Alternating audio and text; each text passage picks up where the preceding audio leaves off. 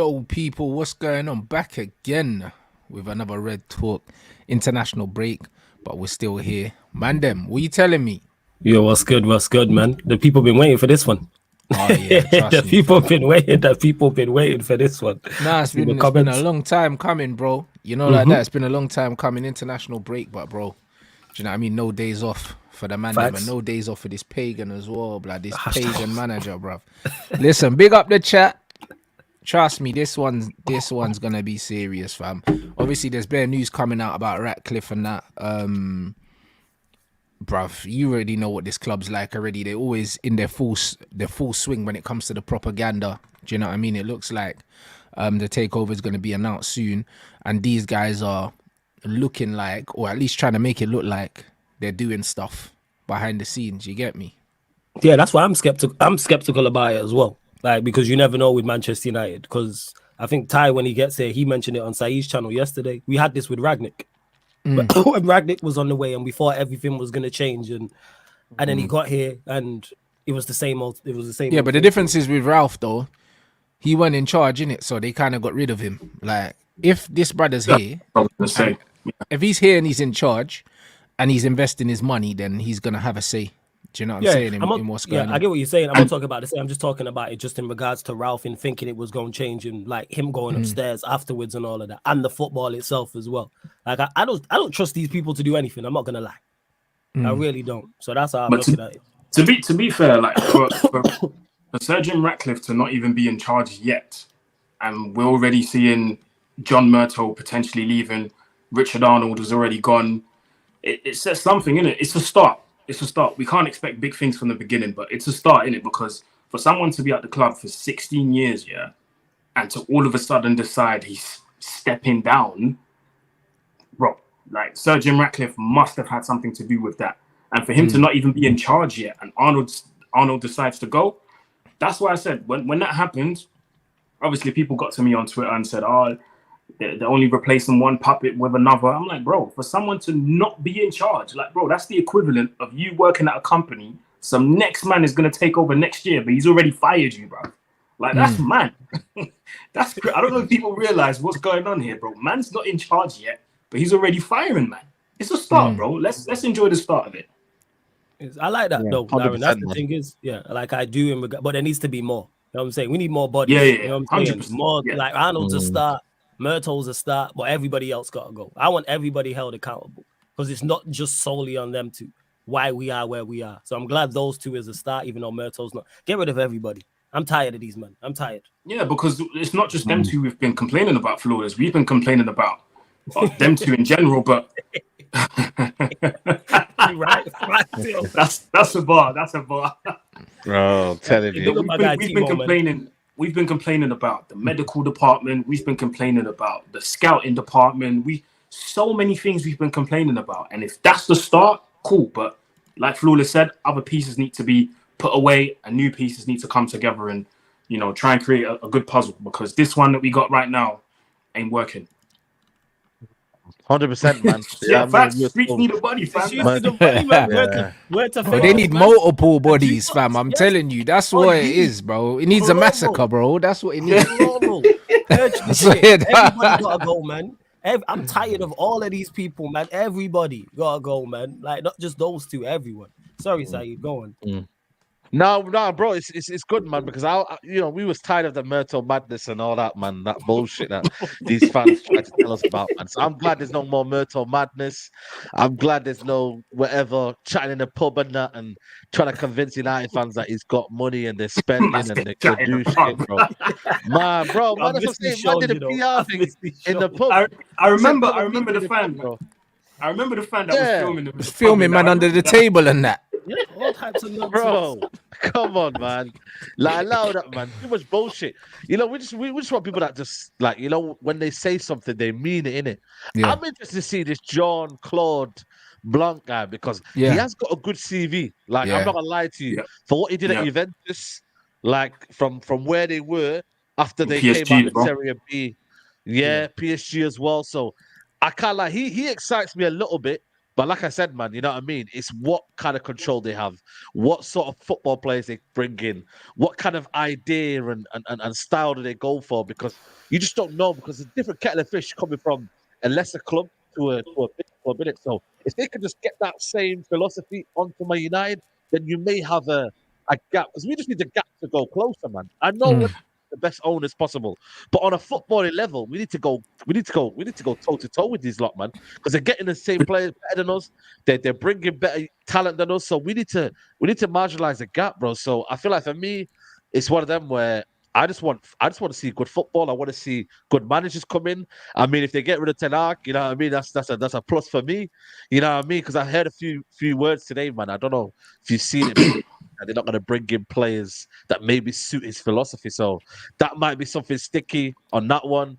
So yeah, man, listen, man, I just hope that they walk the walk, man, because it's easy to talk in it. Anybody can sell a dream to anybody. Yo, we're going to do this, we're going to do that.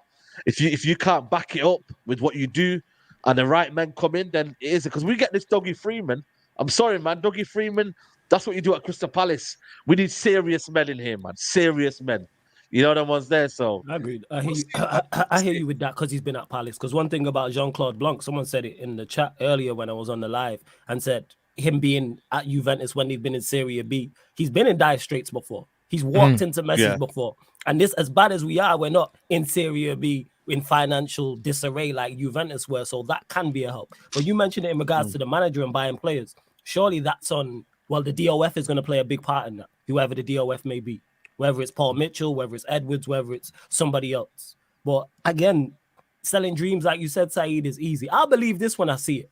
I am super skeptical about this because I know what this club is like. That's why I'm not getting gassed up. Yes, I'm happy it's a start that Arnold's left, Murto could leave. But the rest of these men got to leave. Like, so I legit will believe it when I see it. Talk is cheap. 100%, 100%, bro. man.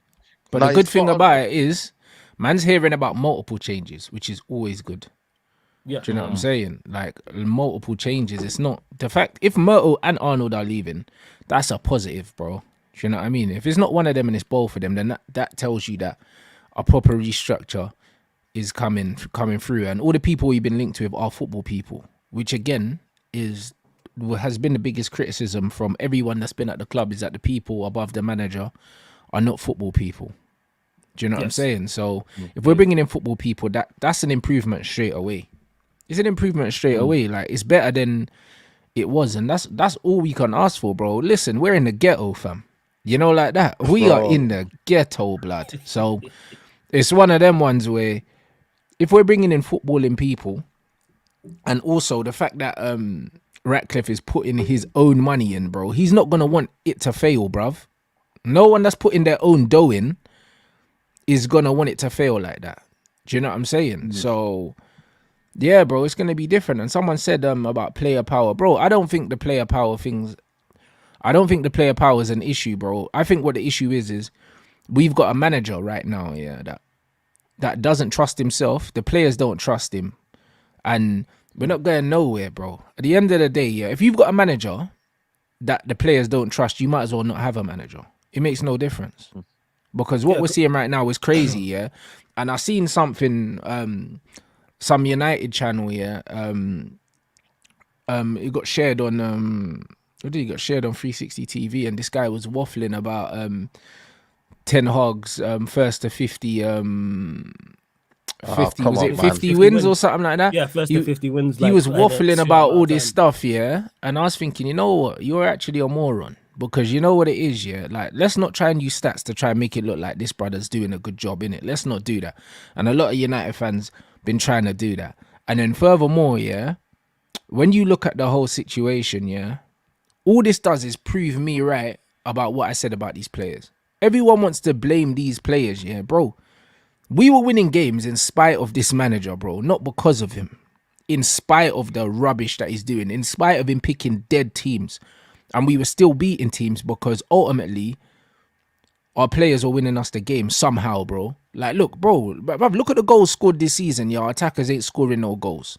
Yeah, facts. We scored. How many other teams do you know when their attackers ain't scoring, but then they've got midfielders popping up with winners, defenders popping up with winners, bro? As much as these players might not be what we consider to be Man United level, yeah, bro. These players are getting results, not the manager. They should So- be, we should be getting more. As much as I don't rate the players, we should be getting more from them. But it's But both. of The course reason we why should be I getting don't- more from and- them. Yeah, and the reason why I don't hear player power is because the manager's picking. How is there player power and the manager's picking the players? Bro, and then Make not that only make that, sense. the players that are stepping up, yeah, are not the players he bought either. Oh, he So- wanted out. These guys are on He the wanted bench. out as well. These guys Yep. are on the bench. That's the crazy part. You're in must-win games in Champions Leagues, and your signings are on the bench. Like that makes no sense whatsoever. It really does. That's why I don't hear Bro. player power. I say again, I have to revert back to it, man. Everybody gotta go. Manager, these players as well. I'm tired. Like we the lowest scorers, I think, in the top 13. But there I you think go, we scored one less goal than Nottingham Forest. bruv. But this is the problem. Bro. So when man's gonna talk rubbish, yeah, about but look what the manager's done and first to 50, bruv. All this shows you is that he had the tools, yeah, in the players to be performing a lot better than Yeah. man's actually performing, bro. Like it's funny, yeah. When we win, it's on the manager, but when we lose, it's on the players. Nah, when we win, it's on the that's what I'm players. saying. Facts. Like when we win, Hey, it's on man. the players. Because when we're playing dead and McTominay comes off the bench and scores a brace, they ain't got nothing to do with the manager. The manager didn't buy McTominay. He found him there. He found him at the But it's club. also- But even this 3 wins out of 5, man.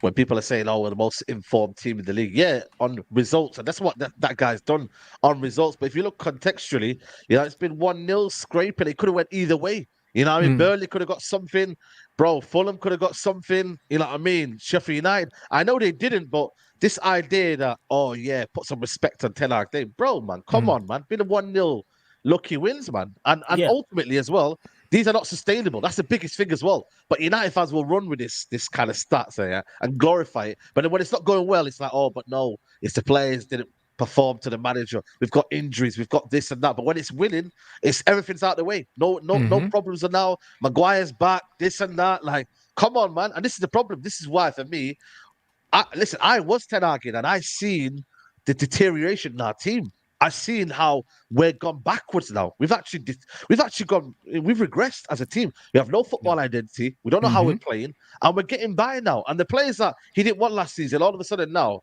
are his guys. Come on, man. That's only gonna work for so long. And when you need actually to play football against the top 6, we have 0 wins out of 3 this season. But when it's against the smaller teams where you should be beaten, we're scraping by. What does that tell you? The patterns are not going to be patterning later on when we got this result coming up. Patterns ain't going to be patterning. That's fire. Yeah, they ain't going to be patterning. Yeah, it's The true though, man. patterns are not going to be patterning. That is Nah, fire. but it's true.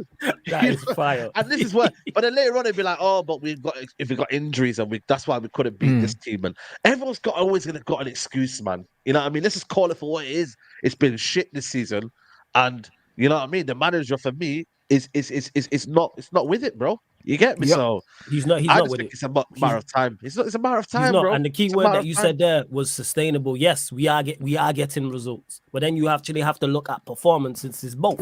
I'm saying, of course, Yeah. performances is the most important thing, but then you have to look at it and go, are these performances sustainable over a longer period of time? Because there's no There you teams go. that have competed and won anything at a major level where the performances have been bad or average over a long period of time. It should be one-offs. Like Liverpool, we use Liverpool Luton, for example. They drew that game. That's a one-off for them this season. They bounced back the game after. Before that, they was winning games, and they probably will continue to win games. Same way with Manchester City, them conceding 4 at Chelsea. That probably won't happen again. It's highly unlikely they go away from home and concede 4 goals again. That's just what it is. So yeah, people don't want to hold the manager accountable because they like him, and some fans don't want to hold players accountable because they like them, rather than just look at it for what it is. Ten Hag is performing poorly, so therefore criticize him. Same way some of the vast majority of the players are performing poorly. Therefore, you criticize said players. Like, what we doing here? Like the same thing you said, Facts. Rance, about people saying, when we win, praise the manager and then blame the players. I've seen it on the flip side as well. And that's wrong, where certain players will play well, hail them all up. But then when we play poorly, everyone's around them bad. Bruno's a prime example of that. When Bruno plays poorly, it's everybody else's fault. Yeah. He's playing in the wrong position, is his mid. But when he plays well, it's all on him. Like when he scored the goal against Fulham, hail him. Like, what we doing? Yeah, man? even though Come I on, had a man. Hold everyone stinker. accountable. He had an absolute Yeah, stinker even though in he's the game. terrible. But yeah, exactly. But people will That's just what he look does, to though, that. man. He hides with his the GA hides the bad performance. This is why, for me, when I said yesterday on Twitter a couple of weeks ago, I said, "Yo, like if Bruno left, I think we'd be a better team." And all of a Yeah. sudden, like, what do you mean? It's an uproar. Bruno, how's he the problem? I said, bro, man, sometimes he plays against us, man.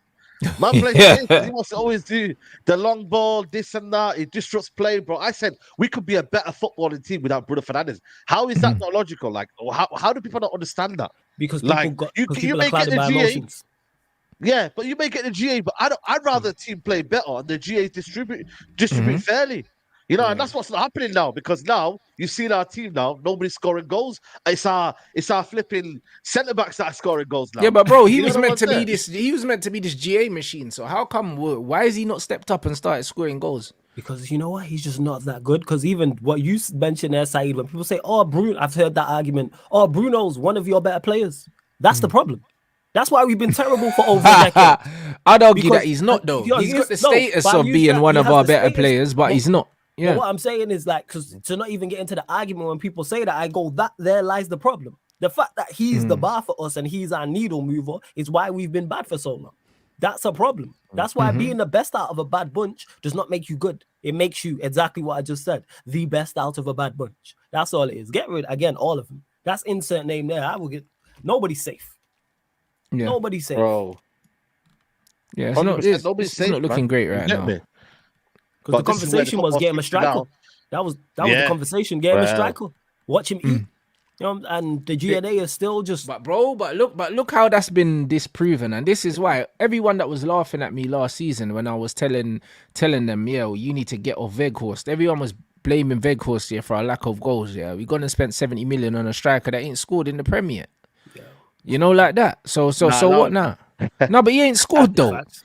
Nah, Saeed, we have to keep it a buck, bro. It's fact. He ain't scored, bro. He ain't even had a good performance, let alone scored a goal. Like, you know what I'm saying? Like, bro, like he's not even in the games, innit? And this is not me blaming him. This is me stating facts, bruv. Everyone had so much chat for Weghorst, yeah, and all their thing was, like That's a valid point, actually. they were like, oh yeah, Burnley player. All right, cool. We got a youth from Atalanta that never played there. So what? He's a Copenhagen player. Like, what's the difference between Burnley and FC Copenhagen, bruv? He played at Atlanta. You know, No, but you know, he didn't play, blood. Man scored 9 goals. Nah, did he not get nah, he played? Oh, you talking about his goal? I'm talking appearances. When you said he didn't play. Broski didn't play, bruv.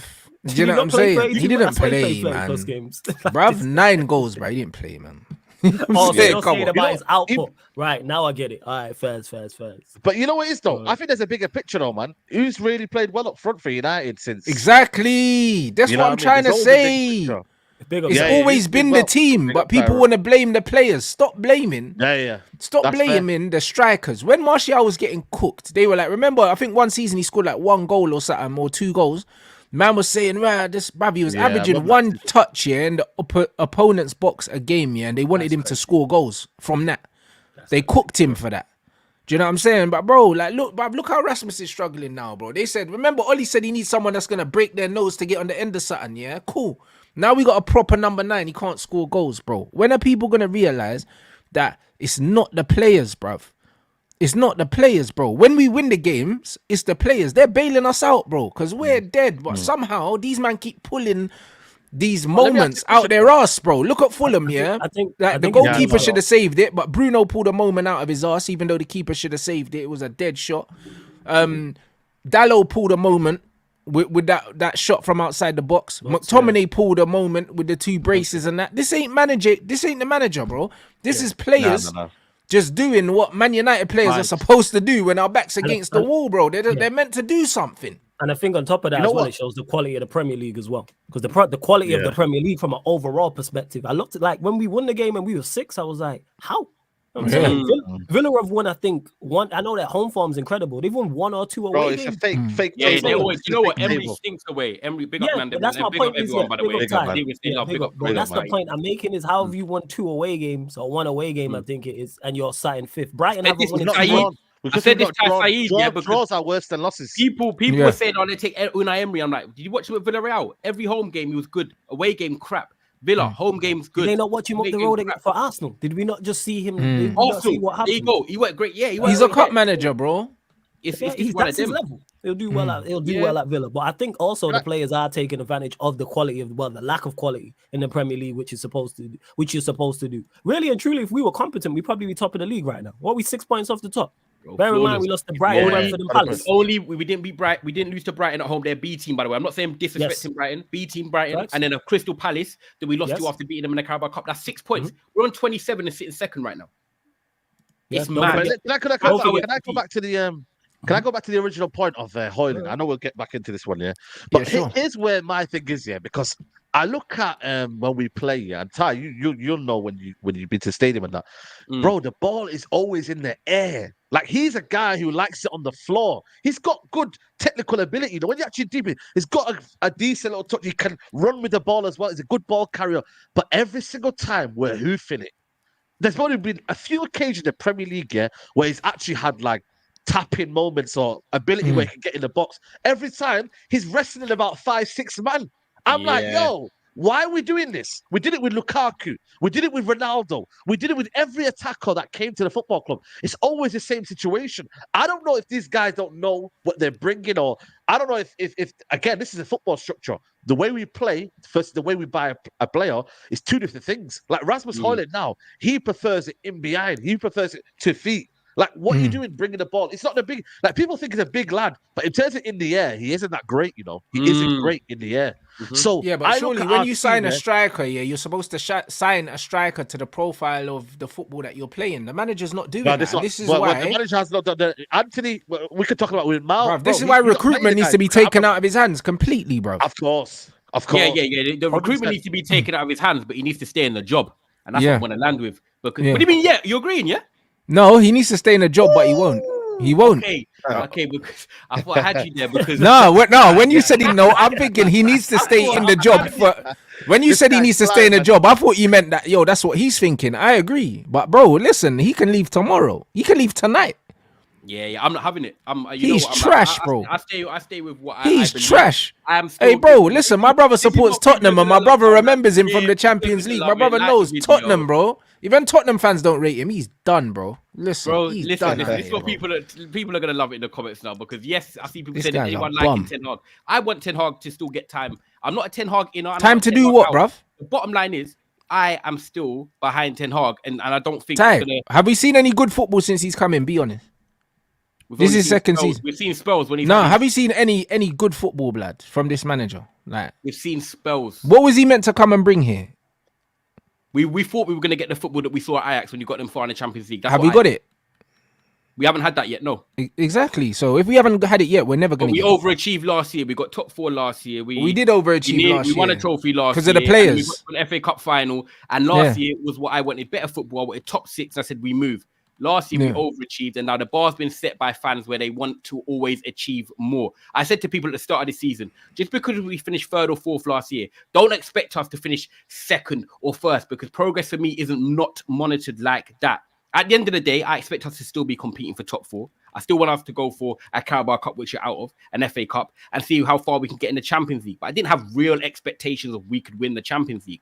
I think Ten Hag over-exceeded last year, which fair play to him. I'm happy. As a Man United fan, I don't care who's in charge. My nan could be in charge, and I'm happy. I don't care, because Man United got top 4 and won a trophy. But I do think this year we have struggled, but Liverpool have got better. Chelsea are starting to improve. Tottenham have got better under Ange, of course. Bro, look how quickly Tottenham have got better.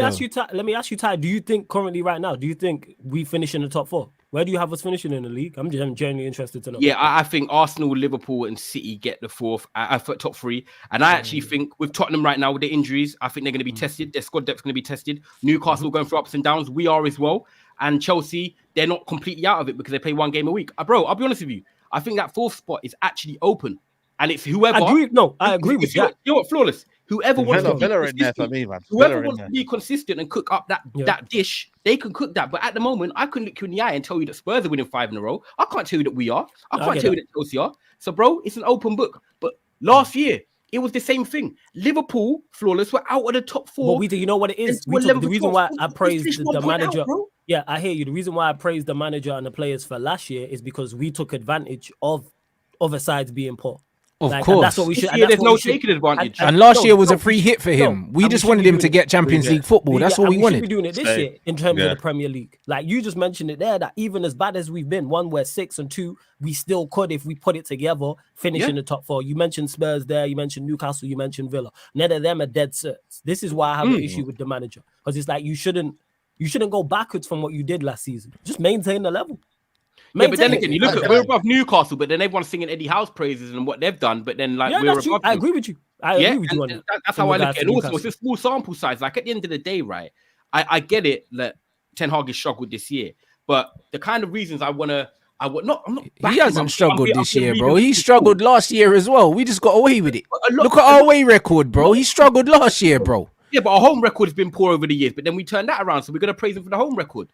At the end of the day, nothing is going to be perfect, right? Look at the goal difference, yeah. Look at all these things, bro. There was glaring signs last season, yeah, that it wasn't working. We weren't scoring enough goals. We're still not scoring enough goals. We got a negative goal difference at the moment. Like our away record against, it's not even the top 6, the top 9, bruv. Like, bro, there's so many things, yeah, against this manager, and everyone's talking about the fastest to 50 wins and that, bro. We're dead. So what, that goes out the window for you then? Of course it does, because at the end of the day, yeah, we know, yeah, that all stats don't mean anything. Like, stats are there to be interpreted, yeah, but you can interpret stats however you want to interpret them. There's way more negatives about what this guy's done, yeah, than positives. You could argue that the more he's been able to implement what he wants, the worse it's got. Because we saw at the start of the season. Why hopefully it can change, man. Because I agree with you. The start of the season, he tried to do the Ten Hag thing and we got smoked 2 games, yeah? And then he let the players play and then we won a trophy. And then he's tried to do the Ten Hag thing again and we're getting smoked again, bro. The Ten Hag thing don't work. That's what the thing is. That's the crazy part, is what don't make no sense is all of the issues he's having this season, he had last season. And we watched you rectify it last season, so why don't you just revert back? Yeah, but he done it after 2 games, bro. He done it after 2 games last season. No. Rance, that's the point that I'm making, is after 2 games, it went wrong, and when he got here, and then he switched it up last season. And then but bro, here's why I'm not having it from him, is because he tried it early last season. It bugged out. Yeah. He saved face, yeah, by letting the players carry him to a trophy, because that's what happened, bro. Because they weren't playing his football. The players were carrying him. No, they set up in a way. They all so the players basically, so the players carried him. And then we're going back to Ten Hag ball again, yeah, this season, yeah. And then on top of it, yeah, look at the amount of players he's brought in, bro. He's undone much. The players he's brought in are worse. When we're losing games, it's on Ten Hag, but when we're winning No. games... When we're losing games, yeah, it's on Ten Hag, yeah, because he's the manager. Do you know what I'm saying? When we're winning games, we're not winning the games because of him. Remember when I said the same thing about Oli? When I said, yo, we're winning games in spite of this manager. These players are bailing him out. When Dallo, yeah, is cutting inside, yeah, from left back and whipping one in the top corner, what, you think that's because of the manager, bro? Nah. That's because Dallo... He's in them central areas because of the manager, yeah. Dallo will do that anyway, bruv. If he's playing left back, he's going to cut in and shoot. What? Dallo don't score for Portugal? When's the last time you watched him, boy? You trying to tell me Dallo... Hey, bro. Hey, Dallo. Hey, bruv. Hey, man, them. Is Dallo not scoring for Portugal? You try and raise your voice. Is Dallo not scoring for Portugal? You're raising your voice. Is Dallo not scoring for Portugal? Shouting the loudest don't make you a big man, bro. Dallo not scoring for Portugal? Yes or no, bro? Shouting the loudest. Has Dallo scored for Portugal from cutting in and shooting? Yes or no? Is this the first time? How many goals Wan-Bissaka got? Now you're talking about Wan-Bissaka. I even know. How's man trying to compare? Yeah, Dallo scoring a goal. When I challenge him, he shouts loud. I know, bro. This is not a challenge, bro. You're chatting shit, bro. That's not a challenge, bro. You're talking about Wan-Bissaka. How many goals has Wan-Bissaka? No, you're talking about Dallo. All right, listen. Let me ask you a question. I spoke about 1 goal from Dallo. You're talking about Wan-Bissaka. I'm talking about. You're talking about 1 goal from Dallo. And I'm telling you, he has never been in them sort of central areas until Ten Hag's come in. Wan-Bissaka's also never been in them central areas and picking up the ball and driving forward since Ten Hag's come in. Driving forward. Wan-Bissaka. Whether they like it or not, whether they like it or not, and whether they like Ten Hag or not, Flawless Society would definitely admit Dallo and Wan-Bissaka have never been in them central areas at all until Ten Hag's come in. He's made them invert. Yeah, they weren't inverting before. Point proven, Rants. This is what I'm saying. We've got to have a balanced debate here. Dallo is not whipping balanced corner, bro, in terms of that position, picking up the ball there. If he's not instructed to, he's normally playing right back. Dallo bagged a No, brace right. of long-range shots Just for admit there's Portugal some things that you recently. Bro, What are you it talking doesn't mean about? everything he does What are is you wrong. talking, bro? What you're saying don't make sense. Yes, it does. No, bro. it doesn't. You're saying Dallo only scored because the manager told him to be there, bruv. Dallo's No. been shooting from outside the box, bruv. What are you talking I'm on about? about the positions he's picking up the ball and he's been playing in. He was not been doing Positions. that. What are Ten you Hag. talking about, bro? He's playing left back here because we got bare injuries. Dallo wouldn't have been there, yeah, if we never had Luke Shaw, Malacia, that out, bro. Why are you going on like it's a masterstroke? No. I'm on about when he's been playing right back. Wan-Bissaka and him, I'm talking about the same people in the same position. Can I come in here? I think for me, Yeah. I get where Ty's coming from. I think there's an element Bro, of... I spoke they've about improved players it. bailing out the manager from individual brilliance, and this player's talking about, but the manager played him there. Bro, stay on track, bruv. Yeah. The same way I know what you mean. McTominay scored them 2 goals, yeah? It's not because the manager told him to be there, it's because McTominay does that. McTominay was scoring goals for Oli as well, bro. This ain't the first time you've seen him score goals. What are we talking about here? That's a different comparison. You know what's No, mad, it's yeah? not. I think for me, yeah, I get where Ty's coming from, but I understand where Rancid in terms of long-term success. Yeah, we can't be having these situations where players are then bailing the manager out. We need to be a more cohesive team. My thing is, I want to go back to the point where where you said, like, to position the team is not important. That's where for me I'm at. Like, we can finish 3rd or 4th this season, but still play shit football, not have an identity. You don't have to be great to finish 3rd and 4th. The first 2 are going to be set the world alight. We can't be doing this second season in where we don't have a style of football, we don't have a clear philosophy, and it's not consistent. That's where I'm at. Last season, I gave him a slice, and what? Let him do that. Let him get a Carabao Cup. But this season, we've regressed. We have massively Saeed, regressed. I'm with you at the Now- games. I told you every week. I agree with you. But Saeed, don't you think, though, if we do get the Wan-Bissaka, Martinez, Shaw, the Casemiro, basically for me, the football weren't great. So hear me out. The football weren't great. But in terms of the backbone to what was our success last season, despite the football not being great, the foundation, you know what I'm saying? Not the Christmas tree, the lights, the thing that holds up the Christmas tree, was that back four with Varane, Martinez, Shaw, and Casemiro. Why is he having them back? Do you feel like it can change? No, but we've had bad games with them as well. This season, Martinez has not been great. I know he's had playing through injury, but Martinez, when he came, it wasn't great. So, and Shaw's been here when we lost 7-0. He's been here when we've lost so many big games where he's been one of the reasons why. They've also been here when we've won some big games. No, they have. I get it, but the sample size is Shaw's had a couple of seasons great, and largely he's been either inconsistent. He's had his position taken up by Brandon Williams, Ashley Young. So this idea that when Shaw returns, bro, we've been doing this for ages. So this idea that 2-3 players should dictate your philosophy. Come on, man. Let's not do it. Is this what we're going to become with tonight? Or 1 or 2 players are dictated to his philosophy? I agree. You can't keep doing this.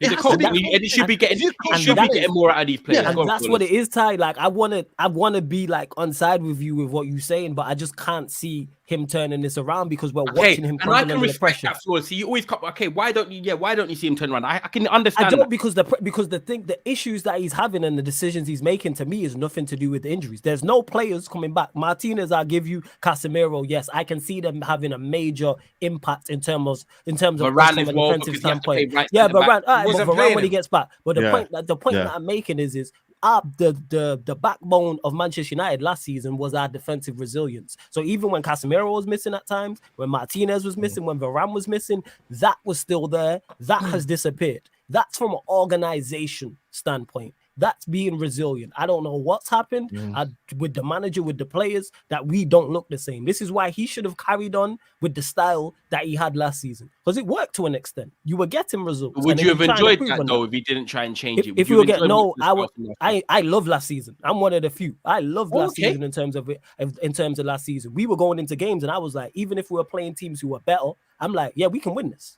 110%. I was going into games having belief and going because of our defensive resilience. Even when we lost games, I think it's only twice last season or maybe 3 times where we lost games back to back.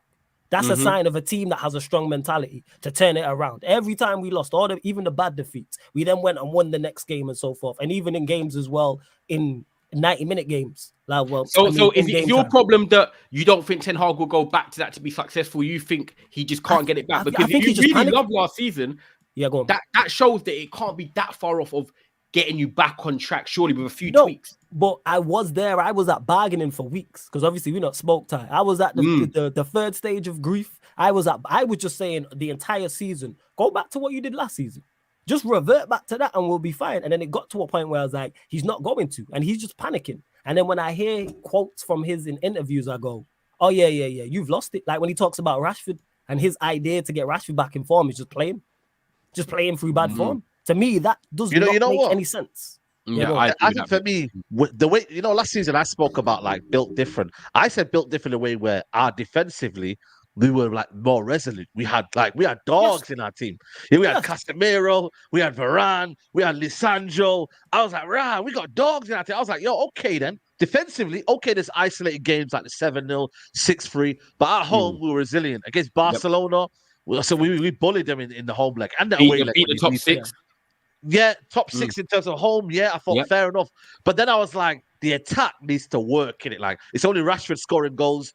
I thought still Bruno, for me, I'm not really feeling what he's bringing to the team. That needs to be sorted out. I said, cool. I even said it to Rance this season. I was arguing with Rance here in pre-season as to what his style of football was. And I said, yeah, we need to have an element of control and possession. Rance was like, no, it's not going to be like that. I was arguing with him. Then I said, let's give manager until, let's say, October, November. Let's just give him time, innit? Then when I was looking, I was like, bro, like, what's going on here? Like, we're not playing good football. We're not doing anything. We're not building anything. Like, we're seeing in games we're getting absolutely done, especially when we go against a better opposition. Look how the way we get easily dismantled. Against the little teams, we can bully them and get a goal here and there. Like, the quality will prevail. But against the better teams, we'll get found out. They can run a couple of passes. They're running at our back 4.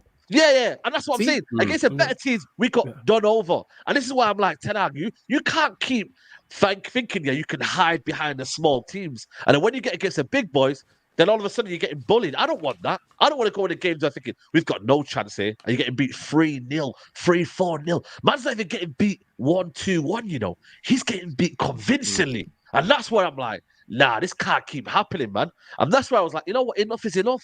Like, enough is enough. When we get beat by Newcastle's BC team, this is where Eddie Howe, for me, schools Ten Hag. And this is why, for me, their football is sustainable. And people saying, oh, we shouldn't look at Eddie Howe. Eddie Howe's philosophy is clear. It's just that right now, his injuries that are going on right now, there's been too many injuries. Yes, United have had injuries, yeah, but we've got Dalot at left back. We've got enough cover that we can build something with Ten Hag. Whereas my man brought his BC team and schooled Ten Hag. We had a team where Casemiro was playing. We had established internationals in our team. They had 6 fullbacks. And he actually done us over with that. So you can say to Newcastle fans, right, you know what? He may be under pressure, but whoa, he could do something. Against Arsenal, look at the way they rattled them. They had a game plan, they rattled them, they got the 1-0. You can see the sustained kind of where they're going. With Man United, when we go against better teams, we're awful. Even against the smaller teams, we're struggling to get by. And I think for me, over the long run, it's not sustainable. And it's if, not when, this manager gets found out. Simple. That's it. But bruv, he's already been found out, Saeed. But this is what man's been trying to say. We could talk about players till the cows come home, innit? We lost to the C team of Newcastle, who still play the same way, regardless of who's available and who's not available. We can't say, oh yeah, when Shaw and Lisandro come back, what, we're gonna start scoring goals? We got a negative goal difference. Like, it's crazy to think that we can blame injuries on our lack of playing style. I think the football clearly can be better, like 100%. I'm not going to sit here and lie and act like I was at the game with Saeed on Saturday, and I was like, 65th minute, I'm looking at the clock. How are we going to score? Because we had a clear-cut chance for Højlund, should score that 1 yard out. Garnacho and then Rashford. They were the only 3 clear chances I can say we had. And I live next to Luton, and I was on a journey with them on the way up, a couple of them at the services and that. And I was like, you man should be proud of your journey because you came to Old Trafford, only lost 1-0, and you lot had chances on the transition. If they were a braver team, I said to Saeed, a braver team would have taken their moments and maybe had better shots on target or could have maybe snatched something for the game. Now, that's not acceptable. Like, I admit. Well then, so how can you sit there, knowing everything that you know, and you're not a stupid brother? So no, how I'm can not. you sit I'm there? not. And that's how why can you sit there knowing everything that you know, and defend this brother, like wholeheartedly, bro? Like, it's confusing because I hear it. The thing is, look at last season. Look at last season, we know what happened last season. This brother, wanted to do something, shit his pants, reverted back to what he knew could get the job done. The players did what they did last season. He went back to the 4-2-3-1 that the team was playing under Ole Gunnar Solskjaer to get what he got. And then he's tried to do this. He brought in his goalkeeper to play out from the back. He signed up to like 14 players. And now he's in survival mode. All the players he signed, he's not playing them no more. Do you know what the funny thing is, Rance? You've set me up perfectly to answer that, because how I think Ten Hag succeeds, I do think that he needs to change up the formation. I think he needs to go back to the 4-2-3-1. A big problem for me is the first one is recruitment. I'm happy that we've not hit the king because the king's staying in terms of the Glazers. I said this on Saeed's show yesterday. The king is staying. Forget the Glazers. But if you can't hit the king, hit the prince. And that's what you've done with Richard Arnold. So Richard Arnold's going to go and Murtaugh's going to go. Then they're going to change things up. He's had his 400 million or whatever it is he spent, and he's not quite got it right. He needs to learn from that. And we need to get players in that are going to be for our future and what the recruitment team want to bring in. And Ten Hag, you're going to have to work with that, because at the end of the day, you've had your chance and you blew it. I agree with that. Where I think Ten Hag has gone wrong is that you just mentioned the 4-2-3-1. For me, I'm going back to that. And I think a couple simple changes can get us maybe looking better. You sign Amrabat. You sign Mason Mount. Mason Mount ain't going to fit into the system, unfortunately. Amrabat can. Now, when we signed Amrabat, we was all talking Amrabat, Casemiro. One sec. Amrabat, Casemiro together. That's what we was all thinking. We was all be on the stream saying, yeah, because that's the only thing that made sense. We basically picked one or the other, and it's gone wrong. Now, for me, when Casemiro is back, have that solid foundation. If at the moment we're getting cut open too easy, the football isn't great. Put Amrabat and Casemiro together, because you've got one person that can get up and down the pitch with Casemiro, who can play like an 8, destroy the tempo, get the ball, and then give it to Amrabat, who's more of a volume passer or controller. Then you've got someone that complements each other. You can't even get that right now. You can't even get that right now. now. Let me tell you something for free, yeah. If we keep Eric Ten Hag, yeah, and he goes back to a 4-2-3-1, we might as well have kept Oli, bruv. Let me tell you why. Because we didn't bring Ten Hag in to come in and do the pragmatic thing and work with what he has. We trusted him with 400 million pounds, yeah, in a very short space of time. And only 3 of them have succeeded. To overhaul the style of play, the culture, all these different things, and he's failed at that. So because he's failed at that and he doesn't trust his own players, we shouldn't trust him with any more money, because we didn't want a pragmatic manager that was going to come in and just do with what he had, or else we would have got Conte. We didn't get a manager like that for that reason. He was supposed to come in and imprint a certain thing on the club, and he hasn't done that. So he doesn't deserve to stay, yeah, and play a 4-2-3-1 and scumbag his way through another season. He doesn't deserve that time, because if we needed a pragmatic manager, we go and get someone that's got a proven winning track record if we're not fussed about the style of play. We all moan about the board and all the structure side, Rants, but surely we're changing that at the moment. We're going upstairs. You give him time to work with that to see. No, because you have to earn that. Bro, he hasn't got the CV. This is Manchester United. He's got a top 4 last year. And he's this is Manchester United, bro. Oli finished second, bro. Like, bro, this is Man United, yeah. He don't have the CV to give man the benefit of the doubt. The benefit of the doubt only goes to top bro, managers. But with you can give a Jose the benefit of the doubt. The season. And bro, you can't give the bro. He's wasted 400 million pounds of our money, yeah. Brought in 14 players and he don't trust any of them. Bringing someone, the sporting director, to get the signings in. So I agree with you on that. But bro, he's already showing as a tactician and as a manager, he can't manage personalities. And he can't. And Højlund are the only 3 that I feel like, they're here for the long term. The rest of them, so that means he's pissed away 300 million of our money. Then, if you want to keep these, man, and then on top of that. I want someone else to come in and help him. But forget making the signings. He's proven that he can't even manage the characters, bro. Either. But everyone was praising him last year for the way he handled the Maguire situation, the Ronaldo situation. You know what's mad? Characters. Bro, listen, hindsight is amazing, because at the time we thought he handled the Ronaldo situation amazingly. I agree with you. Sancho one's been dead. I don't like that. Yeah, but it's not just that though, because look at the Varane situation now. Look at the Casemiro situation now. Bro, there's multiple players that ain't happy with this brother, bro. Multiple. Varane, bro. Did you see Varane's face when he came off the bench against Copenhagen? That relationship is done. That does tie into what I said like earlier about him dealing with things last season and not dealing with it well this season. Ty, I agree with you. I have no problem with how he dealt with the Ronaldo situation, the Maguire situation, the original Sancho situation. But then how he's handled the Sancho situation this time around, I know that this is what makes no sense. Yeah, but even the Maguire situation, all of a sudden, Maguire's playing every week, and This is my and point. he's such a great player. Allow it, bro. Maguire's trash. He's not good, but that's the point that I'm making. Is all of the things he dealt with last season, I had no qualms with, and then I look at this season and I go, why are you struggling with the same scenario? Same way you mentioned it earlier, Ty, and you were talking about the football. The reason why I don't want to give him more time, and don't get me wrong, the players are not good enough. I want everybody good. Let's not get that mistaken. It's not all on him. Facts. It's because he's making basic mistakes. Being organized and being a functional unit should happen whoever's out there. And we're not that. Or I even asking for us to go win a Prem or a Champs.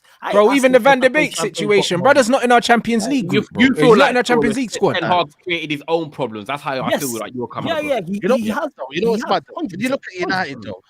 No, Ty, speak on Donny Van der Beek, bro. Not in our Champions League. He's not even in our Champions League squad, bro. Our brother that's played for him. You trying to tell me our squad's that good that he can't even make the squad?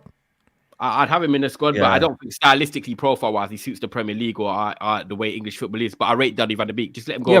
But we never brought in this manager to play English football. We brought him in from Ajax. Yeah, but unfortunately, I just don't think Donny is just going to make it at Manchester United, and that just happens with some players. Doesn't mean he's a bad player. Sometimes someone might buy me a pair of trainers. I might like the trainers, but if they don't fit my technicians are dying, man. The technicians are dying in this team, man. 65 million for Mason Mount. Now he's not playing him. Are you trying to tell me that he didn't know that Mount and Bruno wasn't going to work? Because I knew.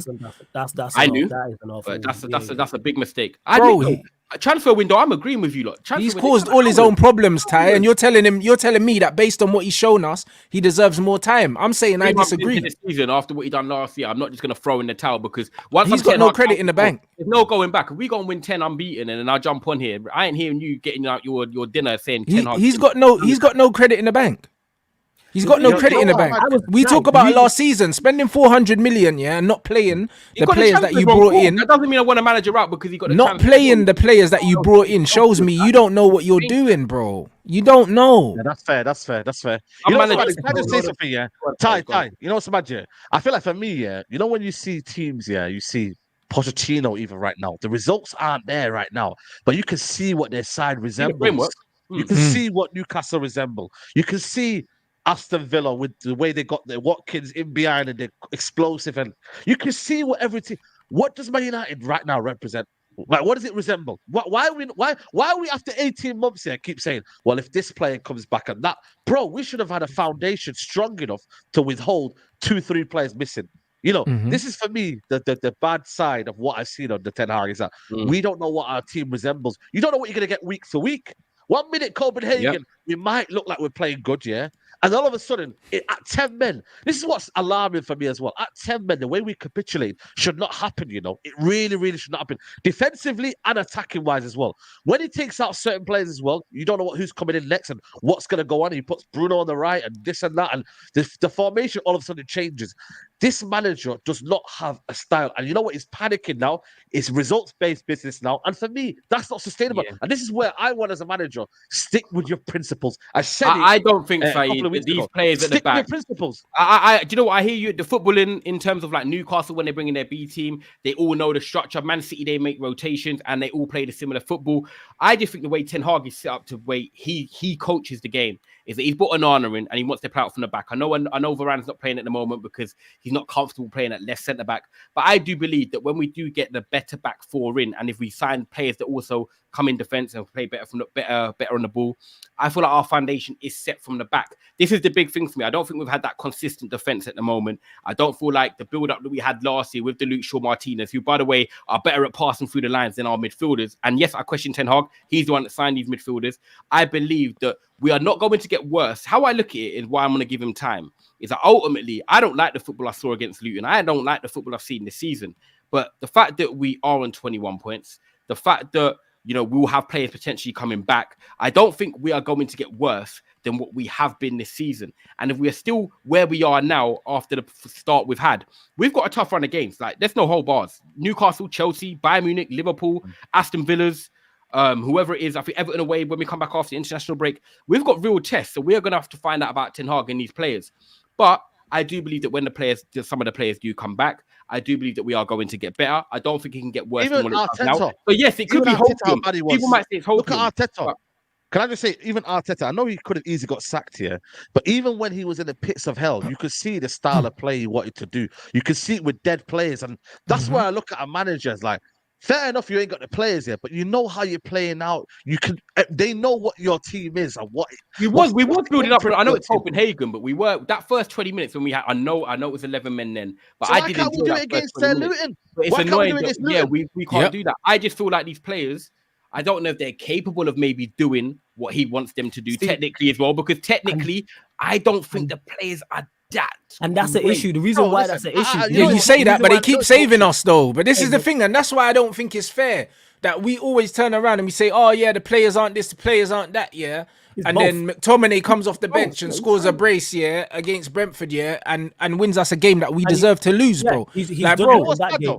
Before you go, Collins. Yeah, go on. You know, sorry to cut you off, but this idea that the manager throws Casemiro on the bus here, I thought it was about. It's quite pathetic for me what he did there. What he says is, I wanted to play football. So why didn't you get that team together? Stop telling Casemiro to run on the other side of the pitch, yeah, and be almost like a number 8, number 10, yeah. Tell him to stick to his position. Tell him to play in a style of play that you want to. Why is it all of a sudden that we're getting 3-4 man left exposed here? Why is it? That's the imprint of your team. So all of a sudden, yeah, Ericsson gets a bit of space against Copenhagen with Pidou, and you're playing better football. They sat back. They was like, you know what, we'll probably take a draw here. That's what they did. Yeah, it's easy for us to say, I wanted to play better football. So why do you do it from the start when you have your better players anyway? Start as you mean. Start as you mean to go. Sorry, Flawless. No, it's calm, man. Get off your chest. It's all well and good. And Ty, you mentioned it there in regards to the players technically not being good enough and the players not being able to do what Ten Hag wants. But you've spent money on this squad. That's why I don't hear that. That's not solely on That is not solely on Ten Hag. That's on him and these players. Let me reiterate, everybody, for those that are joining new here, because I don't think anybody's good enough. He's not good enough, and the players are not good enough. But when you spend X amount, one of the comments, someone said it, that's why you have a squad. We should be doing better than what we're doing right now. That's all it is. That's my biggest issue and biggest concern with this, is that you are making silly decisions that make no sense whatsoever. That's what it is. Sign players, sign better players. Utilize what you have. As poor as this team is, I don't see the injuries, the players coming back from injuries turning around our attack. The biggest problem is our creation of chances, creating chances, number one, and number two, scoring. None of the players coming back, I think, help with that massively. Casemiro to an extent. So that's where I look at it. I don't see defensively, yeah. Martinez, I hear Casemiro, I hear from a defensive standpoint. Who's coming back to changes going forward? We scored 12 league goals in 13 games. We need two. I think we need two wingers. I look at it already. I like Højlund for the long term, but Anthony can't take on it. I think that's one of the worst signings, by the way, I've ever seen at this club. Can't take on his man. Yep. Can't create. Can't retain the ball. Can't run more than. What style of football did he buy Anthony for? Because he said we're never going to play Ajax ball. If Anthony's ever going to succeed, it'll be in a position. Now he said we are never going to play the way Ajax played. So why did he sign Anthony from Ajax? Wait, I can't answer that. I can't. Listen, man, we had a player today. We had a player today. Yeah, we had a player today called Zachariah. Yeah, plays for #United. Yeah, he's better than Anthony, man. Yeah, Sack. That's my boy. He played for Helvetia, bro. That's my boy, Sack. Yeah, that's what I'm saying. Yeah, man, big up to him. He played today Somalia against Algeria. I'm telling you now, he's better than him, man. He is, bro. Man, know about Sack, bro. That's my little bro, blood. But that's what I'm saying. Anthony's just not cut out for it, man. But what's going to happen now, though? The thing is with me, yeah, this is going to be so weird when the football structure comes in and says, yo, we don't want that player. We don't think that player's great. And we don't think that player's great, yeah. What's Ten Hag going to do there? Because then he's like, okay, so I've got to play a different style now of football. Can he do that style of football? So I think the pressure now, we talked about yesterday, yeah, the pressure intensifies now because he can't get his man that he knows. So when he gets ballers and technicians, if you can't do it, Saeed, and he can't play the football. Get out. But that's what I'm saying. So are we wasting our time then? No, because this is hypothetical. We're not wasting our time because we don't know yet. Obviously, he was successful with Mark Overmars and Edwin van der Sar. They worked together. They had a partnership. At the end of the day, even Pep Guardiola says, and as much as obviously I love Pep Guardiola, great coach, of course, he says it works from us to the directors, to the top ownership. Of course, it's a structure there. Pochettino, obviously, he's a coach. He's going to work with Todd Bowley and the people in between. Liverpool, they had Michael Edwards with Jurgen Klopp. Arteta's got Edu and so forth, and he's got the Cronkies now on board. Man United have never really had that. So no matter what, even if I'm going into the office and I'm good at my job, but the people above me, my manager, the owners and that are not great, even if I'm doing well at my job, I might not really feel comfortable. At the end of the day, I think Neji made a point yesterday, Saeed, that Ten Hag's had loads of things he's had to juggle with this job. He's not just focused solely on coming in, being a manager and being able to focus on that. Right now, with this new person coming in, hopefully Jean-Claude Blanc, and then obviously you've got Jim Ratcliffe, and they make changes upstairs. He has no excuses. So I'm sitting here now, not screaming that I'm Ten Hag in where people get confused. It's like I'm giving Ten Hag more time, because once I'm done, I'm done. But I want to see if he can work with this board. I want to see if he can work with this structure. This is something that goes way back before Eric Ten Hag, LVG, Mourinho, Oli, David Moyes, even to Sir Alex Ferguson, where him and David Gill just basically papered over the cracks because they were just so they're in a unique planet. You know what I'm saying? So for me, let's see if he can do that, because he's now. But in the spirit of continuity, then, because you're saying that all these people need to work together, and guess what? All these things have in common. Exactly, and guess what happened with Man City? Pep came in last. Pep didn't come in first. So what I'm saying is the manager needs to be chosen. The manager needs to be chosen by the director of football and the footballing people. They shouldn't have to give Ten Hag a chance because he's already here. Bun that. Like, at the end of the day, he's been here and he's shown his incompetence in his inability to coach the players that are there. His inability to even identify the kind of players he needs for his system. If you can't identify the players you need for your own system, why should I trust you with anything else? That's crazy. You might not need to trust him, which is why we're going to have people in. But the point is, if he doesn't even know what he needs, how am I going to know what he needs? Yeah, Ten Hag should have input. That's what it should be. Like but forget input. Forget input, bro. No. The manager should have. But what I'm saying is, forget all of that, because normally a manager is selected by the director of football. They know the kind of football the manager wants, and they'll sit down and they'll say, okay, this is the profile you want, So I'm going to give you a list of players. These are the players I suggest. Which one out of these lot? And then I'll negotiate with all three of them, and I'll say to them, listen, two of them, the negotiation is literally 10 million apart. If you want this one, we'll pay the extra 10 million. That's what you do. Do you know what I mean? But the point is, the manager had free reign to pick players that he wanted without a DOF, and he couldn't even identify correctly players that would work for him. If you can't even identify players that would work in your own system, why should I trust you to lead my team, bro? No, that doesn't make no sense. No. He's stubborn, man. Man wasted peace for no reason, man. He wasted peace. I wouldn't have given any input, man. I'll be real. That's why I've said the DOF should come in and pick the next guy. This is why I hope they 100%. I hope I've said this. It should be a list. It should be the DOF, the manager, maybe head scout, couple of the recruitment team, and they all decide. And then you have a list in regards to player profiles for set positions, then evaluation, where they're playing, injury record, etc., etc. Do your due diligence. Like I said, you are right, Rants, in regards to how can you be a manager that has a philosophy, a style of play, but you can't identify who's a flawless player when you're flawless, blood? Let's go around the clock here. Rants, you answer flawless, then Said. Give me your manager and the reason why you want them. Oh, right. Dogs. Go on. Yeah, it's fine. Just mute it. We let the dogs out. Yeah. So say that again. Say that question again, bro. Yeah, he said what manager? What manager would you pick and why? It depends. It completely depends. I got to look at the team as well. I got to look at the team. Well, it completely depends. Right, it depends, you know. Thing is, like, you lot.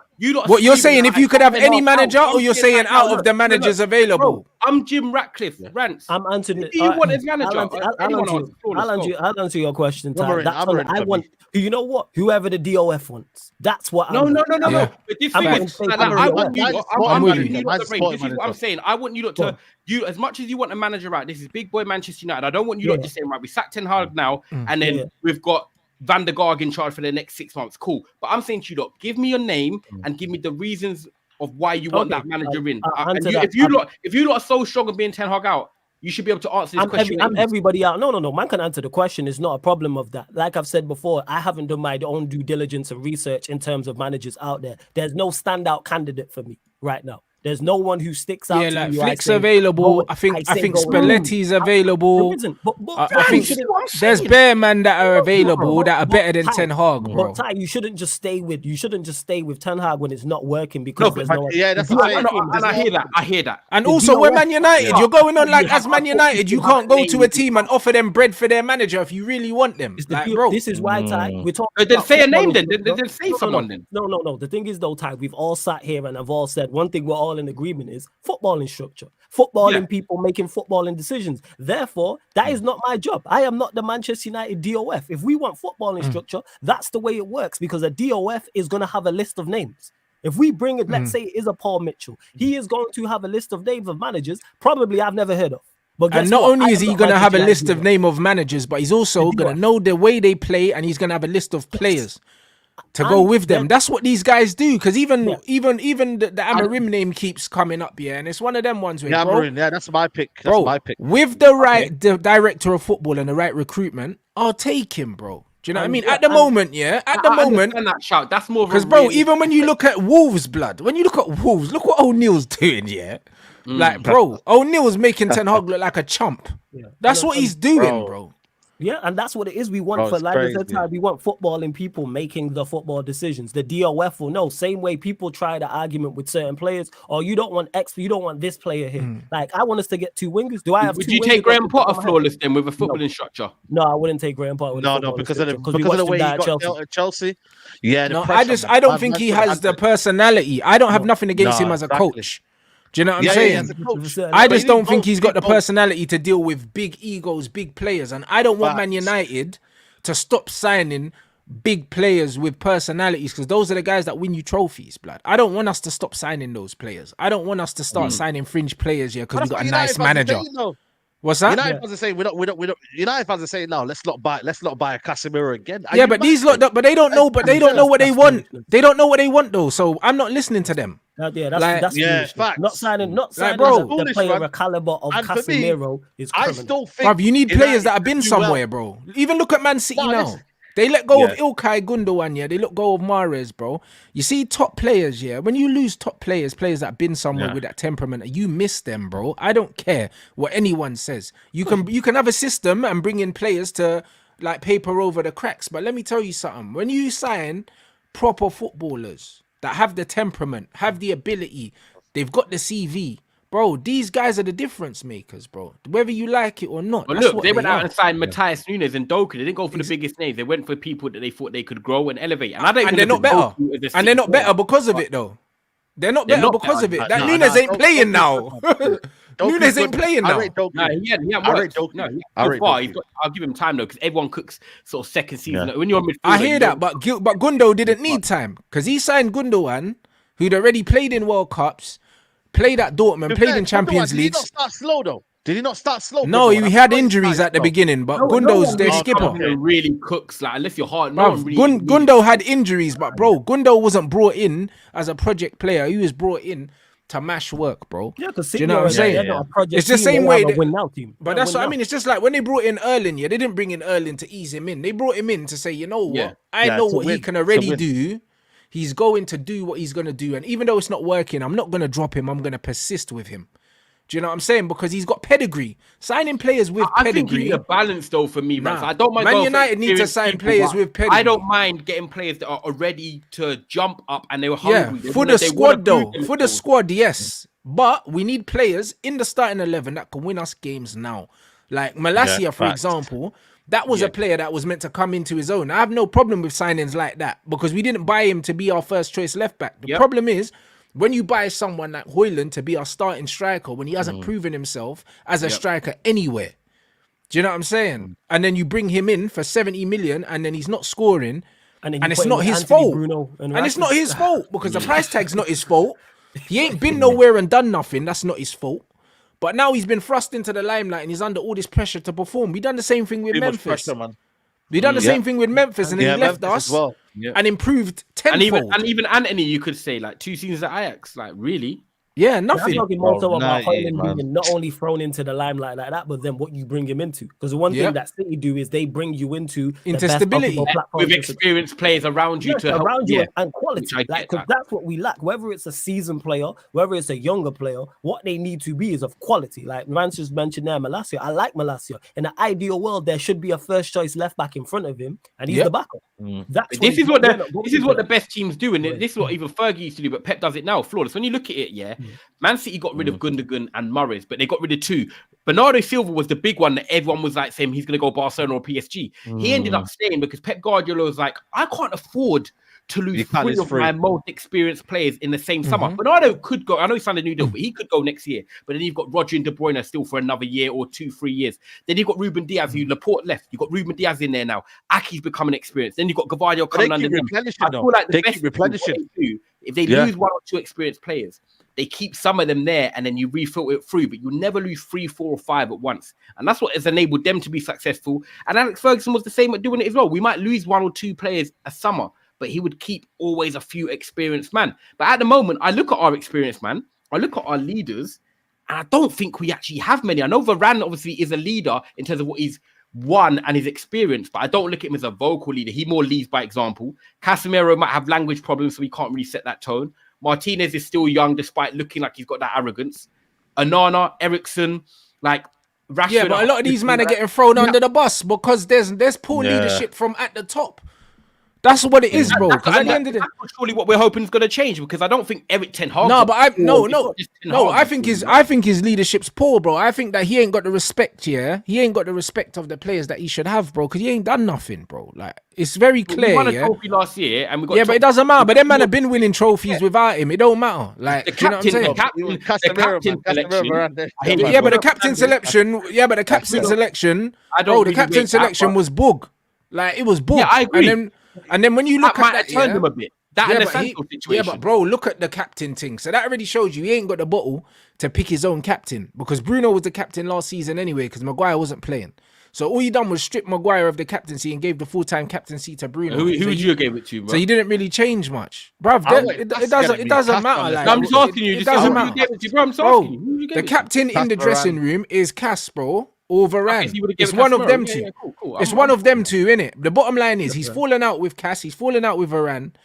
Ericsson was complaining about his lack of minutes on international duty. Bear man are chatting. This bro he hasn't got the dressing room under control. He doesn't. Do you know what I mean? It's very clear. It's very clear that he doesn't have it under control. I would have gave the captaincy to Varane, by the way. So that's but the thing is that now Varane is sitting out. He's playing the Leicester centre-back partnership from 5 years ago, blood. Instead of Varane, and he's talking about tactics, bro. This is what this brother's doing, what? It's bro. Clever though. You know what he's done though. You know what it is, man. The manager's clever what he did though, because now he's got an excuse now to drop Casemiro, Varane, and that because they're not captains, are they? So that he can say, "Well, hold on a minute, you're just part of the squad." Whereas Bruno Fernandes, he ain't gonna say shit to the manager. He gonna play the same way. He gonna do whatever the manager does. He gonna run around. He gonna do whatever. So there was a reason why Ten Hag didn't want to give them the captaincy, because now if they're real leaders and they're real captain, everyone's gonna be like, "Well, hold on a minute. You've just dropped our captain here. What's going on? You've just dropped one of our leaders here." So there's a reason why now you're seeing it. Now Varane's thinking, hold on a minute. You said that these lot were leaving in the summer. You said Maguire and them were leaving.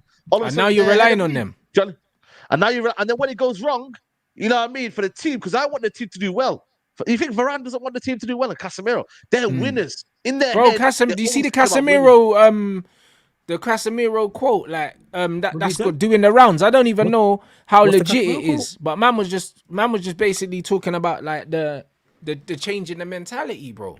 Do you know what I'm saying? And change in the mentality. I agree with that. And there's just a lack of that killer mentality, bro. Do you know what I'm saying?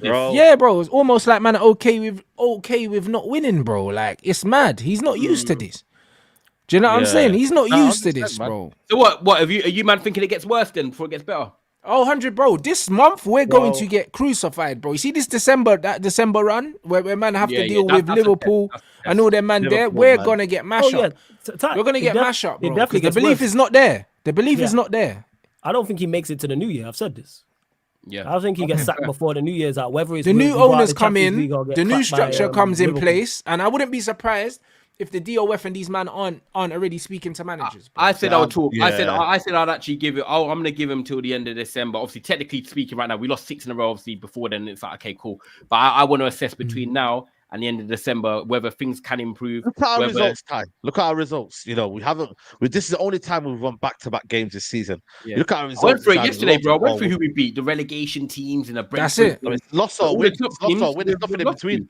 We haven't drawn one. I don't think we've drawn this year. It's either wins or losses. Yeah, yeah, it is. And you know what? My boy said a good point. I don't know why I've got the hairbrush behind like I'm doing court, but I picked up the hairbrush, you know. But what's it called?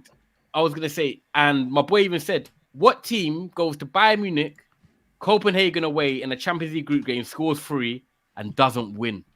And I was like, do you know what? It is true. Like, that is rare. Like, so this is the thing. Like, people put me in the comments, and I don't mind it because I'm thick-skinned. It don't even bother me. But I agree with what a lot of you say. However, like, I'm still on the side of giving him time and hoping that it can change and believing that a few players coming back. That's where I was, bro. I was the same way you. Yeah, but Ty, we're saying, where does the hope stem from, though? Because there has to be some sort of reality behind the hope. Where does the hope come from? It's faith in Manchester United, which I get. I understand that. It's just because you love Manchester United. You said hope. And you know what? I actually do rate. I don't look at him like an Ollie, where as much as I enjoyed the Ollie vibes when Marshall Greenwood and I'm more disappointed though, Ty. I'm more disappointed in 10 Hag. Yeah, because you thought that this is the best coach. Yeah, Said, I'm with you. I thought this was the best coach we had from Fergie. I agree with that. I thought this. That's why I back him. Look at McKenna and Michael Carrick now. Look at how they're balling right now, Middlesbrough. And Ipswich are near the top of the league. They were the real coaches. Ollie was just there as a face. He was just there, you know. What should I do, lads? What should I do? That's it. Kieran McKenna was a brains behind him. Keeping the harmony together, yeah. Ollie ain't got a job. And this is Ten Hag. Listen, this is why I'm more disappointed with Ten Hag, because I'm like, man said I can't play the football I can play because of certain players. Why don't you flip and drop them then? Why don't you just tell him, no, listen, you're not in my team, you're not in my plans. But bro, you signed 14 players. You can't blame the lack of players. Well, there you go. He's done, man. He's cooked. Like, bro, man has seen Sabitzer leave us, yeah. When Sabitzer was at our club, I was like, yo, give him more minutes. Never played him. Now he's balling out of Dortmund, bruv. He's balling out of Dortmund, bro, in the Champions League. He's doing better than us. Okay, yeah. And he's playing on the left. He's playing on the left now. All of a sudden, we were playing him in the 6. Man's playing on the left and balling out. I'm like, yo. Nah, honestly, don't get sucked into all that side. Trust me, he hasn't been doing that. But I'm saying, though, you misprofiled him. He keeps misprofiling players. Yeah, but bro, he's better than Mount, though. Like, it doesn't matter. Like, we let go of Fred and Sabitzer and brought in Mount and Amrabat, yeah? Mount and Amrabat ain't doing nothing, bro. Like, they're not playing, neither of them. And that's what ties into coming back to what he's trying to do. That's why he's cooked. Like, when he's saying... I couldn't give the philosophy right now. I can't play. Man said we wanted to press, yeah? But then we just stopped pressing. How come we don't press no more? Bro, we pressed for like 2 games, blood, this season, and then all of a sudden we don't press no more. We don't press. Because we don't press, but we're not defending deep either. Like, it went from being a transition team and then we're not moving the ball. The big thing for me as well, though, that would make me change is, you know, when you see the players like not caring, not trying, like these players are still, whether the message is for the badge, though. Whether the football, no, bro. Listen, when it was Ollie and it was Watford away and we got pumped, like you could tell, like it was just done. But the players are not giving up yet. They're still trying. You know why, Ty? I've said it. I've used this analogy here. Listen, you can be behind a manager but still be misguided. If you're going out there and you're playing for a manager but you still don't know what you're doing, bro, that's even worse than a team actually say, you know what, I've down tools, because at least they're true to what they are. They've just down tools. But if you're going out there and you know you can get better out of these players and you don't do that and you don't know what you're doing because the managers have a clue, bro, which one are you more disappointed by? I'd rather be disappointed by the team that doesn't actually know what they're doing, because they need to want the down tools. They said, you know what, we've down tools, we want the manager sacked. And then later on, when another manager comes in, fair enough. They probably play better. But my thing is, these guys go to the football pitch and have no clue how to play football. But they're That's still madness. I mean, they're still trying, because at the end of the day, they play for the badge. They're putting themselves out there, but they're playing for nothing. They have no patterns of play. And Luton Town, bro, where you have 90% with the ball and you still don't know how to break them down. We're going on like their prime Barcelona. Listen, they can be broken down. And yes, we had isolated moments, but it has to be continuing. We have to beat teams that I know what you mean. We don't pen teams back for 15 minutes. We don't have the big thing. We don't have control. That's what I'm saying. Like we don't, apart from Copenhagen at first 20 minutes, that was the only game I've confidently watched for 20 minutes and think, wow, we're controlling the game, we're dictating the tempo, we're playing the game to our tune. When we play games at the moment, it's not to our tune. You know what I'm saying? That's Copenhagen. Yeah, but there you go. And you can't turn around and say we don't have the players to play that way, because look what Newcastle do, bro. Like, man can't say, when you look at Newcastle's team, that's a team full of stars. We've got a team, Rance. I'll be honest with you, bro. We've got a team that simply can't run. I am being real with you. Yeah, but bro, you're talking about running, bro. I'm not. No, this is nothing to do with the game's called football, blood.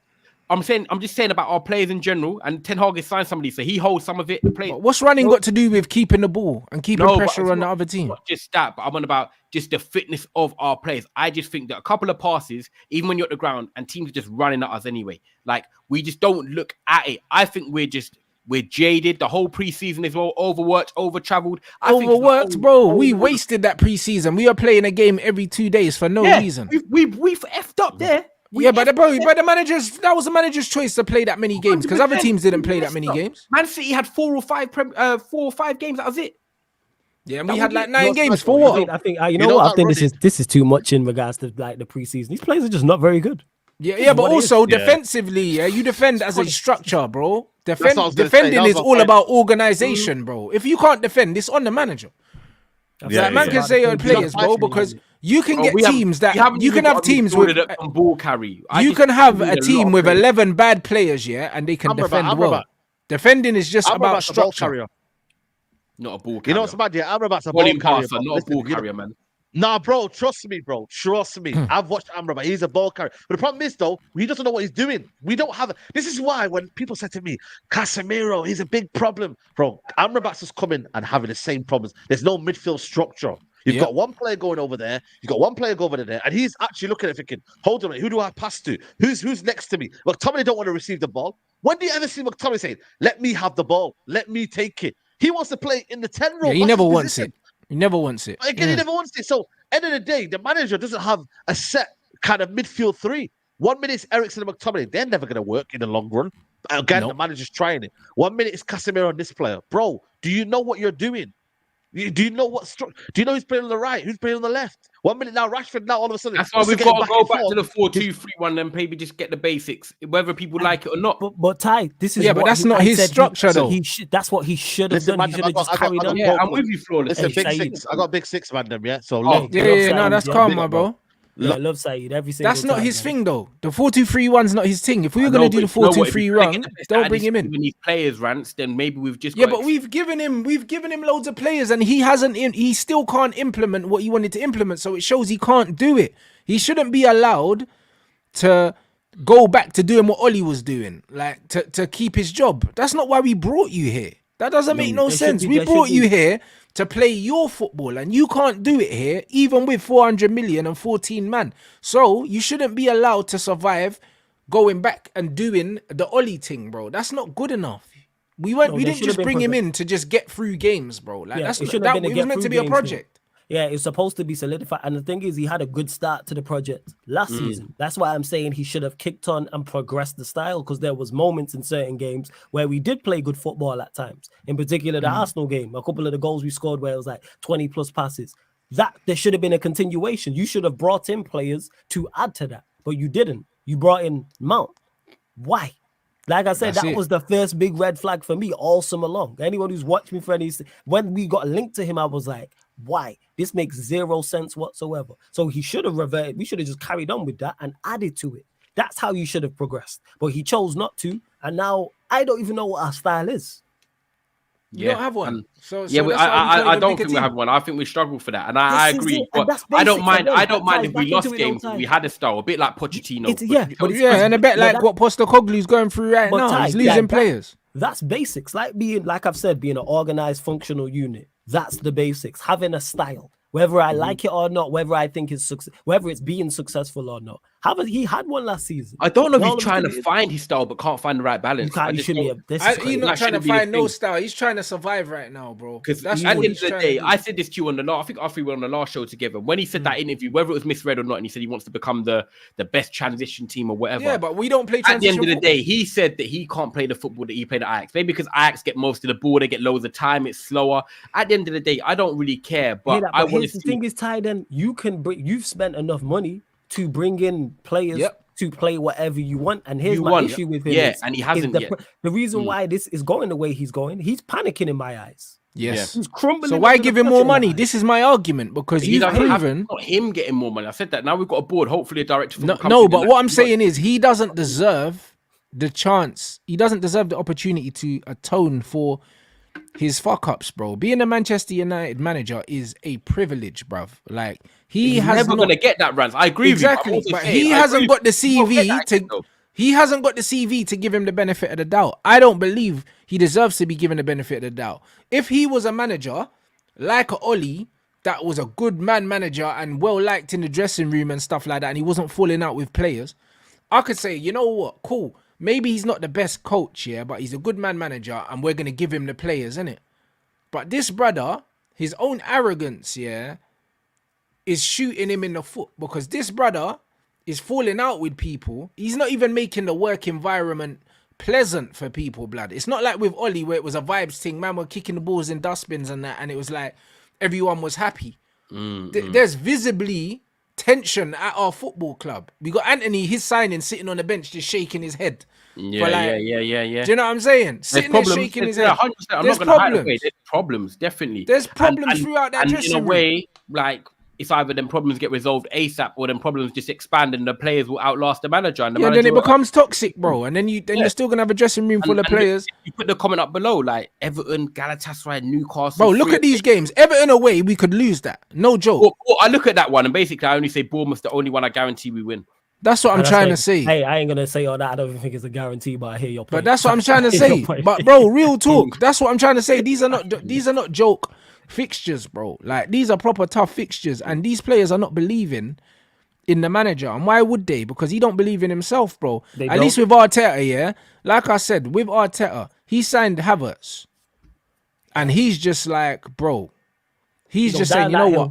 I'm gonna ride this till the wheels fall off. You gonna die on that hill. Because he has to. Because you have to legislate for justify for spending that kind of money. This manager spent all this money on these players. He's not playing none of them. It's crazy. Like I said, he don't last. Looking at that fixture list, I'll say it again. I don't think he lasts till New Year. I think he gets sacked, like 110%. Yeah, Grant, do you think he's here by New Year? I think that's a good little. And this ain't no surprise. I think he's gone, bro. I think he's gone. I think the January will be in the January window, and it will be with another manager. I think we'll be recruiting in January, and it won't be him, bro. And I'm all for that. If there is a director of football, I think there will be a director of football. I hope so. If there is a director of football, the decision will have to be made up sooner rather than later, because you don't want to build 2-3 months with a manager that you're. Bro, I think the DOF will be talking to managers now, bro. I think he'll be talking to his. I hope so. That's what I say. And the DOF will have relationships with managers anyway, because they would have worked with them before for different clubs and so on and so forth. I just don't trust Manchester United. That's my biggest thing. I do not trust this club I don't trust them to organize a picnic. Never mind, get a DOF. I give the DOF power and then allow the DOF to then pick his manager. Even if we do get a DOF, I'm even skeptical of how much influence they allow him to have, because I know what these people are like. They are complete crooks. I'm saying we've watched them and what they've done to this football club. So I hope it's right. But yeah, hopefully we get results. Hopefully we get out of the Champions League group, because Rance, you mentioned it in regards to the players not having faith in the manager. And then anytime the going gets tough, even if the manager's bad on the sideline, professional pride, self-pride. 2-0 up against Copenhagen, and you man can't see it out. I should be on the sideline and you man see it out. It should be me, who has no badges, no managerial coaching experience whatsoever. You man are 2-0 up, all professionals to us, all internationals out there, and you man can't beat Copenhagen with 10 men. You might just give up the game. As soon as we have any rocky waters, these players throw it in, and then they'll look to the manager, they do. And the manager time and time again, same players, different manager. Adversity, but this is where it comes to lack of coaching, bro. Because, Man United are supposed to beat Copenhagen. Yeah, if they're 2-0 up, even with 10 men, you're not, bruv. We're meant to still score again. You know, like that. Man, I've seen Liverpool beat Newcastle with 10 men. Yep. You know, like that. And bro, Newcastle ain't no joke team. They're one of the best defensive records in the league last season, and they'll be right up there again this season. Do you know what I mean? And this one's gonna say a lot, man. Like, I'm not gonna sit here and hide and act like everything's perfect. As much as I said, I'm still giving Ten Hag time to turn things around. I'm not oblivious to the problems that are going on. I'm a realist. You know I am. Like, I know there's problems. I know the football ain't great. I know we've got a big run coming up. If he was sacked in 3 weeks, would I be surprised? Hell no. I'm not going to say that like, oh my God, Ten Hag's gone. Like, no, but at the end of the day, I do believe that, yes, I think it can get better. I feel there'll be players that will come back and will help us improve. We need to start converting the chances and scoring more goals. And Ten Hag needs to be more confident within himself, because I feel like that inability of what Rance just said, he's not confident or he's panicking or he's just doing what he can to get by. that's filtering down to then the players who are then not going to feel as confident stepping out of the pitch. But you can already see it though. Like even when you look at his press conferences and stuff like that. Yeah, bro, the way like, he was answering them last year to this year is different. Bro, I'm Again, telling you, pressure. the players can see that. Pressure. It's just like when you look at Eddie Howe, when you look at what Tottenham are doing and that, bro. Tottenham, the way they play reflects the manager, bro. Do you know what I'm saying? It reflects the manager's confidence. Tottenham play with a certain amount of swagger and arrogance here. Considering they ain't winning nothing, bro. They play with mad arrogance, bro. Like even when they played against Arsenal, they drew 2-2. Beginning of the game, Tottenham out Arsenal's gaff, bro, and they're playing out from the back, bro. Like bare casually, like bro, Yeah, like very good. there's no fair the way they play in it. And the thing is, when you look at our I even team, like Chelsea as much as people cook them. I like but that's Chelsea. what I'm saying. Our team have no identity, bro. And all of these managers we're talking about, yeah, we're talking about Pochettino, we're talking about Eddie Howe, bro. Bro, our manager's been there longer than these guys, bro. Yeah, It's crazy. Yeah, it is. I hear you. And we ain't got no style of play to even Right. fall back on, bro. Like Chelsea have had bare injuries, so we could talk about injuries. I can't go to Old Trafford when I go to games and know what I'm gonna see. I admit that. I don't know. Well, there you go. And bro, it's been long enough, bro. Like if you're a That's a Tottenham fan, problem. you know what you're gonna see, bro. And my That's man's a barely problem. had a pre-season. That's like And others that's Man like- United fans, if we saw attacking football, me, Flawless, and you wouldn't be as angry if we lost games knowing what we're seeing though. If Bro, there was if a we were style- playing the way Spurs were playing and we were losing, yeah. Bro, bring me I would be like, you know what, cool, give him better players, spend more yeah, money. like there That's should what there I'd should be on. a style. There should be like there should be a skeleton that we're looking at and going. All right, I can see what you're trying to do. Once you then get better players, maybe this improves. Because you said it there. Ty, It's you like, got Old it's like Trafford. when you get a job and you leave, you have a handover for the next man. Yeah. Like you said it there. You got Old Trafford and you don't know what you're gonna get. Yeah. Any Same as team Oli. we It was name, similar to any Oli, team we name in the Premier League, whether it's defensive, whether it's offensive, whether you rate the players or you don't, same with the manager, you know what you're gonna get. It's like going to a Caribbean shop and there's no Caribbean food. What kind of crap is that? Yo, I'm telling you. Bobby, That's man, it. turn up there, you get me, and it's flipping And it's burritos and that, bro. You know, like that. Man said it's Mexican and that. Yeah, bro. You're gonna be like, yo, where's the curry got rice? You know what I'm saying? Like, what's the- Man said it's enchiladas and that, bro. Nah, some bullshit. Same way on the Nah. flip side, if you go to a Mexican gaff and then you go and it's Chinese food, you're gonna be like, yo, what's going on? Chow mein You and know that. what? I'm gonna make sure, yeah, because I've got to make a move now in a sec, yeah. But I'm Yeah, gonna that's look cool. at the We're gonna fixtures wrap and the Rants, show what we're anyway. gonna do, Rants. I'm gonna come back on anyway. Like I'll chat to Dave, but after we've had a few games, like you know what I'm saying. Do you know what? 6th of December, like we got Everton, Galatasaray, Newcastle, then we play Chelsea. 6th of December, midweek game, perfect, bro. I'm on Thursday, Red Talk day after. We're there. Bro, listen, bro. The streets want it, man. The streets See want this, it. bruv? You see this run of Come on, games? every week we're doing the same thing. When we have a little sample, This run of games is going to be biblical, bruv. Because I'm telling you, you see the pressure that this guy's going to be on when the new hierarchy comes in. Straight away, everyone knows, bruv. When the new people come through at work, everyone's thinking, right, who's keeping their jobs? They've already seen Arnold and my man are going to leave, bro. Redundancies are getting handed out, bro. Trust me. Man's feet are itching now, bro. So we're going to see what go on, innit? I don't see this brother seeing Christmas, bro. I don't see it, bro. And also, when you're a new owner as well, these man are billionaires with egos. Man's gonna want to make a statement as well, you know, like that. And the statement might just be bringing in their own manager. So we'll just have to see, bro. Unless the players can absolutely play out of their skin and win most of these games. But if you look at their record so far this season, it tells you that they're not gonna do that. Yeah, I'm hoping that Galatasaray game away in particular. Manager players stand up and be counted and prove me wrong. Please Every time win I've said that. that to you, like you don't do it. I say don't embarrass us. You go out there and embarrass us. I say stand up and be counted. Go there because we still actually. This is how poor the group is in terms of quality. We still have a great chance to get out of the group if we beat Galatasaray, and which is a big if. And Barcelona, Bayern Munich beat Copenhagen. We'd be second in the group.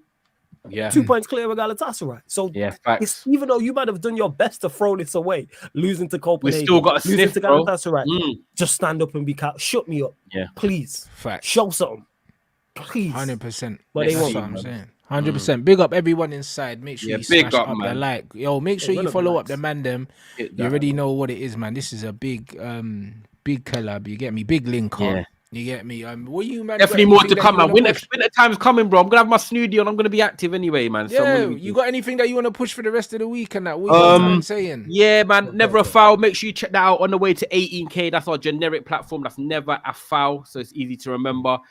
Trafford Tunnel as well. After the international break, I'm gonna have more bits on there. Probably get Flawless, even Ransom sometimes, and obviously Hajj and that. We'll be cooking up some Man United stuff from there. So that's Trafford Tunnel. And also, most importantly, guys, big up you lot in the comments. Whether you cook me or not, it's all love. It's football talk. So make sure you go and hit up Sarcasm City TV because Flawless is, bro, the work rate is always consistent. So I salute him as well. Rants every time, guys. Make sure you like up the video, subscribe, all the family, whether we agree or disagree, man. I love it every time, man. Yeah, Come man, on, shout Flawless. out. What you saying, bro? Always enjoy these shows. Big up for having me as well, Rants. People always say big this to me, like, yo, can you tell Rants to run the shows with all you man them on it? So it's good to be back. This is like a throwback, you know what I'm saying? Yeah, fam. Like, shout out Saeed every time. Obviously, shout out Ty, shout out Aaron as well. But yeah, Sarcasm City TV on YouTube. I'll be live midnight UK time. See, Manchester United Arsenal show, people. Manchester United Arsenal show, couple special guests there, man. Trying to get to it. So yeah, go subscribe to Sarcasm City TV YouTube and subscribe to the Sarcasm City TV gaming YouTube channel, people. Running new FIFA over there, EAFC 24 Pro Clubs over there, career mode. I'm going to be running GTA over there, plus more games. So that's Sarcasm City TV gaming. We're at road to 200 subscribers over there. So go sub to that. But yeah, road to 9K on Sarcasm City TV YouTube. Big up. Oh, big up, guys. So, yo, man, make sure you subscribe if you're new here as well. On 83.7, 85, we're doing a giveaway. Really know Love what it that, is. Rants. Keep moving and grooving, man. Yeah, that's it, bro. So, big up everyone inside. Smash the likes. Man's back tomorrow with Gunner, man. Big up everyone for supporting the thing. It's been a lit show. And, yo, man, we'll catch you.